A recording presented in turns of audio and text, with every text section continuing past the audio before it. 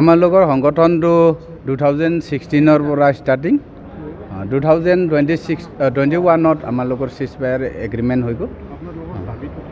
আমাৰ লগৰ দাবীটো গোটেই আমাৰ ডিমাচা বসতি অঞ্চল আগত হেৰাই যোৱা আমাৰ লগৰ এই পুনৰ ঘূৰাই পাব বুলি আমি অসমৰ মুখ্যমন্ত্ৰী আমাৰ শ্ৰীযুত হিমন্ত বিশ্ব শৰ্মাৰ লগত আলোচনা আছিল।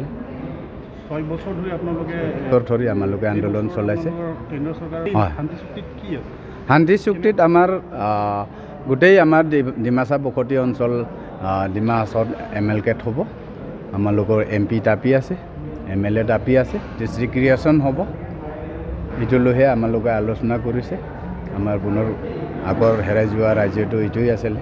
ক'বলৈ গ'লেতো আমাৰ আগত ডিমাপুৰ হিড়িম্বা ৰাজ্য থকা টাইমততো আমালোকৰ বহুত ডাঙৰ এৰিয়াও আছিলে, যেতিয়া নেকি আমাৰ কামপুৰ ধৰক, গোলাঘাট ডিষ্ট্ৰিক্ট ধৰক, কাছমাৰী এইবিলাক অঞ্চলতে আমালোকৰ ডিমা ৰাজা আগত আছিলে।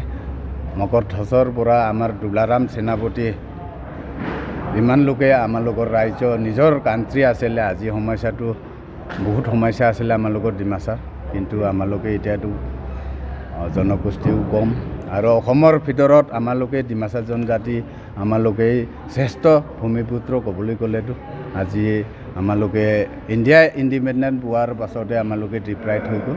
আজি আগৰ চৰকাৰে আমাক বহুত ডিপ্ৰাইড কৰি দিছে। আজি আমাৰ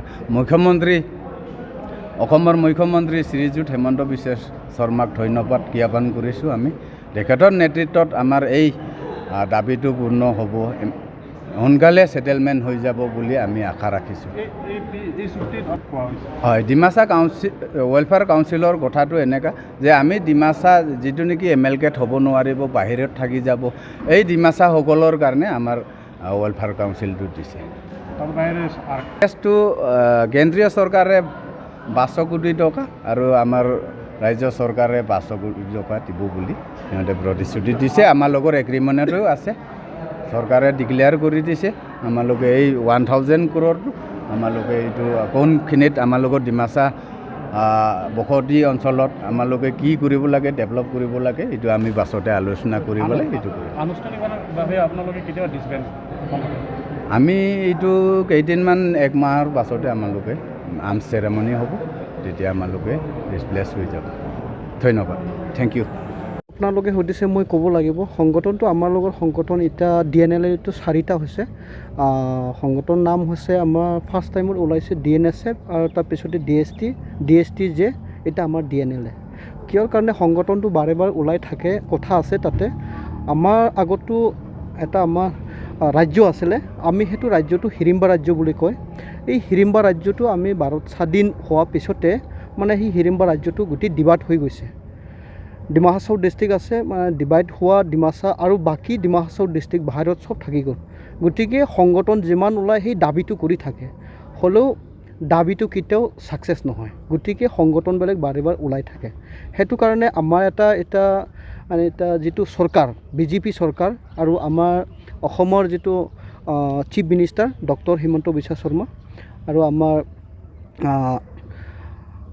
হোম মিনিষ্টাৰ অমিত শ্বাহ, তেখেতৰ লগতে আমি ডাঙৰ আশা এটা ৰাখিছে যে এটা মানে চৰকাৰো বেলেগ আৰু আমাৰ লিডাৰকেইটাও বেলেগ। গতিকে আমাৰ যিটো দাবী সেইটো সোনকালে ইনিচিয়েটিভো ল'ব আৰু যিটো আমাৰ MOS কৰা হৈছে, MOS যিটো লিখিছে সেইটো সোনকালে ছেটেলমেণ্ট কৰি দিব বুলি বা ইমপ্লিমেণ্ট কৰি দিব বুলি আমি তেখেতৰ ওপৰত ডাঙৰ আশা ৰাখিছোঁ। সেইটোৱে। আৰু কেদাৰহঁতৰ ওপৰত কেডাৰ্ছ প্লে কাৰণে হৈছে, কেডাৰ্ছ প্লে কাৰণে বহুত দিয়া হৈছে। আমাৰ কেডাৰ্ছ কাৰণে এতিয়া কেম্প উঠোৱাৰ পিছতে পইচাও দিয়া হ'ব, অসম চৰকাৰৰ পৰাও দিয়া হ'ব, ভাৰত চৰকাৰৰ পৰাও দিয়া হ'ব আৰু বাকী আমাৰ ইয়াতে পুলিচ বা কিবা ৰিক্ৰুটমেণ্ট সেইবিলাকো ৰাখিছে। সেইটো কাৰণে আমি ভাল লাগিছে। ঠিক আছে, থেংক ইউ।